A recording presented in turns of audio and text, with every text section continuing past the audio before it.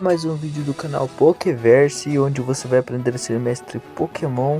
E galera, hoje trago novas curiosidades da franquia. Como no vídeo de curiosidades foi bem visto, tanto no TikTok quanto aqui, então eu decidi trazer a parte 2.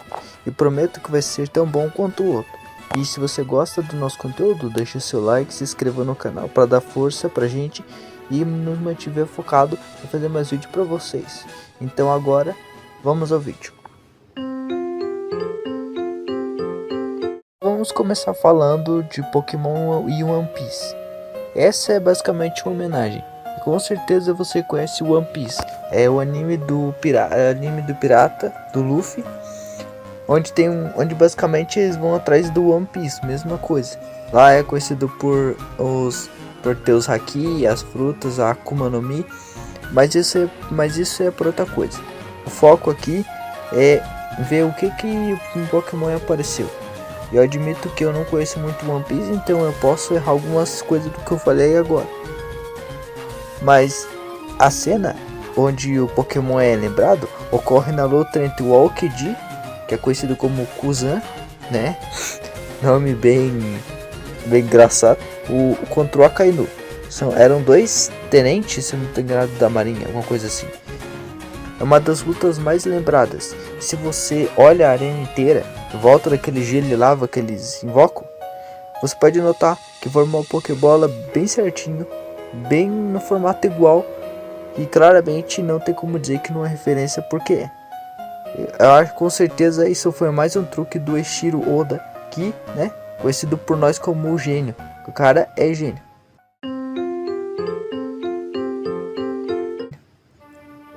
A próxima são moedas Pokémon, que como não bastasse Pokémon já ter franquia, já ser uma franquia com vários produtos, né, aparecendo em vários lugares, como o McLanche Feliz, por exemplo, em Tazos, mas as moedas aqui são as partes mais legais. Para quem não sabe, é uma ilha chamada Niue, que fica no território associado à Nova Zelândia. Tem moedas de Pokémon circulando, que valem de verdade, é realmente dinheiro real. Lá tem até moeda do Pikachu, do Bulbasaur que eu vi, do Charmeleon, Charizard, e chega a valer $1. Pode variar de valor, eu não sei bem quanto é o valor, mas pode variar. Mas é $1 basicamente. E não é só isso. Também além de ter Pokémon lá, de moeda Pokémon, tem moedas do Star Wars, do Mickey Mouse e até das princesas da Disney. Isso que eu nem comentei das moedas de ouro, que valem mais ainda. Esse é um item que particularmente eu queria ter. E todos os colecionadores com certeza. E você? Você gostaria? Agora vamos falar de uma coisa que só os mais velhos vão lembrar. Que é a primeira evolução de todas. Com certeza você já se perguntou qual é que foi, né? E a resposta é bem nostálgica, e se você é das antigas você sabe. E é o Caterpie do Ash. Sendo que ele foi o primeiro a evoluir e ser capturado no anime, que a gente vê. Foi lá na floresta de Viridiana. Ele vira o Metapod na batalha contra a Equipe Rocket. Se eu não me engano foi no mesmo episódio que o Ash captura ele. E isso comprova pra gente que realmente Pokémon Inseto evolui muito rápido. Porque não deu nem tempo de ter um intervalo de um episódio que o Metapod, que o Caterpie já evoluiu pro Metapod. Sem contar Butterfree, que foi tempo depois, bem rápido também. Agora o nome do anime. Certeza que você sabe que sempre quando você vai criar alguma coisa, sempre tem um nome antigo antes, que fica meio paia, vamos se dizer. E o nome de Pokémon era antigamente para ser Pocket Monster. Se você traduzir fica monstro de bolso, o que faz total sentido, porque realmente é monstro de bolso. Mas o nome era muito grande e complicado para o CEO da empresa, da publicadora 4Kids Entertainment, né? Que sugeriu que o título fosse mais resumido e tivesse uma sonoridade inédita. Então foi assim que surgiu o Pokémon de Poké, de Pocket, e Mon, de Monster. Agora vamos para uma coisa também bem antiga. Você já se perguntou quando surgiu os personagens femininos no jogo? Para você que não lembra, nos primórdios dos jogos Pokémon, Red, Blue, Green e Yellow, você não tinha opção de escolher uma personagem fêmea. Era sempre o Red ou o Ash. Até o Ash às vezes, mas normalmente era o Red. Que não tinha opção de jogar com a treinadora, só o Red. Então você era forçado a jogar com o garoto toda vez.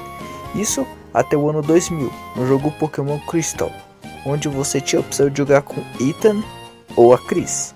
E a primeira treinadora Pokémon nos jogos, infelizmente para Chris, foi uma das personagens femininas mais desconhecidas, que foi ofuscada por May, Dawn e outros personagens das próximas gerações. Até nos remakes às vezes ela é esquecida. É que você já ouviu falar que todo Pokémon tem uma fraqueza, não é? Só que hoje vamos desmentir isso porque existe sim um Pokémon que não tem fraqueza. E ele não é lendário e nem mítico. E você pode encontrar ele por aí, em qualquer lugar. Basicamente, até mesmo nos matinhos, em rotas assim alternativas e no meio do seu caminho. Estou falando da linha evolutiva do Electros. E esse Pokémon, como sabemos, é elétrico. E a única fraqueza do tipo elétrico normalmente é terra.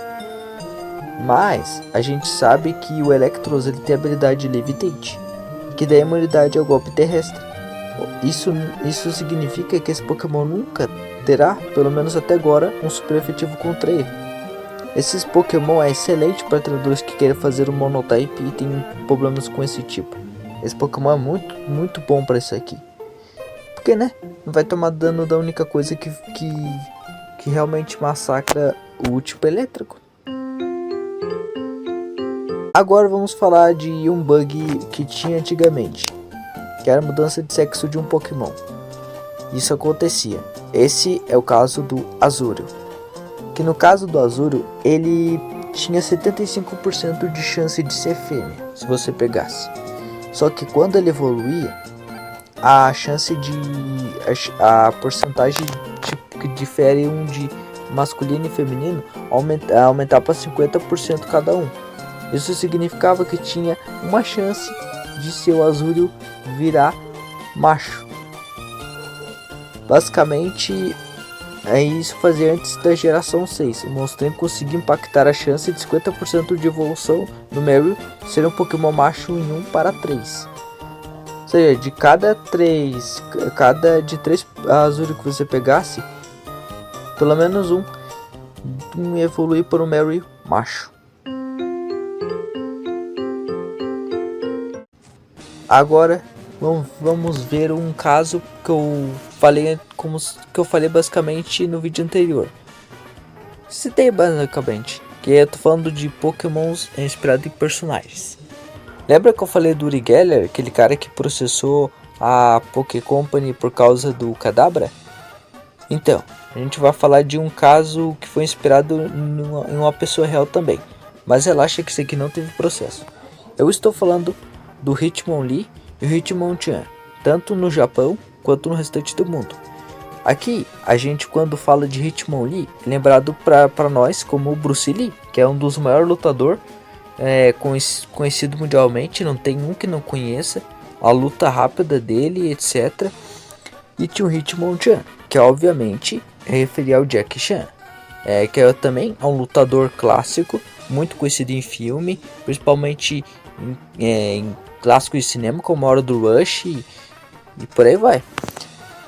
Agora já no Japão a coisa muda, e o nome deles também, porque o nome deles um é Ebivalar e o outro é Savamular, que era o nome desses dois Pokémons lá, e eram inspirados nos lutadores Hiroyuki Ebihara e Tadashi Savamura. Vem cá, você já se perguntou por que na primeira geração o número de Pokémons é diferente? Tipo, ao invés de ser números redondos como 150, decidiram arrumar 151? É porque um Pokémon não era para estar ali, e este era o 1000. O Shigeki Morimoto, que era um dos programadores do jogo, ele revelou que nos primeiros jogos o 1000 não era para aparecer, mas que foi adicionado na última hora, ignorando as regras da Nintendo. E será que é por isso que nas versões originais de Red Green não aparece o 1000? Eu lembro que chegavam a dizer que ele ficava debaixo de um caminhão, mas até então era só teoria. Mas a pergunta que fica é: será que esse 1000 talvez era possível pegar só nas versões japa? E as que vieram pra cá o 1000 nem existia? E basicamente a gente tentava achar um Pokémon que não tava ali? Eu acho que era isso, porque era muito difícil achar esse 1000. E agora sabendo disso, faz mais sentido, pelo menos pra mim. Agora, certeza que você já ouviu falar do Dolly. Não aquele Guaraná que tem aqui do Brasil, não. Aquele Dolly é basicamente um projeto, vamos se dizer. Que era uma ovelha que foi clonada a partir das células de uma glândula mamária de uma ovelha adulta. E é conhecido esse método por transferência somática de núcleo. Você deve estar se perguntando, tá, mas virou aula de ciência, biologia agora? Porque tem que estar falando de Pokémon. E sim, Pokémon tem a ver com isso também. Porque esse Pokémon era pra estar na franquia. Dolly era basicamente um rascunho de um Pokémon. Ele era pra estar lá. Só que acabaram desistindo da ideia. E eu acredito, na minha opinião, que talvez esse Dolly era pra ser um rabisco do Marep, né? Porque ovelha elétrica. E uma curiosidade: no jogo Red Chapter Adventure, se você for numa caverna, não lembro provavelmente qual é, mas eu joguei esse jogo, você vai encontrar esse Dolly sim. E, aliás, eu recomendo muito esse jogo, porque, né, muitos dos rascunhos de Pokémon que a Game Freak ela não lançou, esse programador também não, você vai encontrar lá. É um dos melhores jogos, confia em mim, vá lá, jogue. E é isso. Galera, eu sei que se vocês gostaram do vídeo de curiosidades sobre Pokémon de hoje, né, se você é bem fã e conhece todas, comente pra mim saber. Se gostou do vídeo, não deixe de seguir a gente no TikTok aqui no YouTube. O nome é Pokéverse. E galera, no próximo vídeo eu tô pensando em trazer um top 10 de jogos Pokémons pra vocês, sabe? Porque não adianta, porque é como se fosse, você dizer, uma prova, né? Se a gente falar, seja o mestre treinador Pokémon, a gente vai te ensinar. A gente tem que botar a prova, né? Porque, né, só treinando que se sabe, né? Então talvez, se vocês quiserem, eu posso trazer pra vocês um top 10 de jogos Pokémon. Eu vou trazer só jogos clássicos, hein, que eu jogo bastante. Esse Red Chapter, se você já conhece, você pode comentar aqui que o jogo é bom. Então galera, até o próximo vídeo e valeu!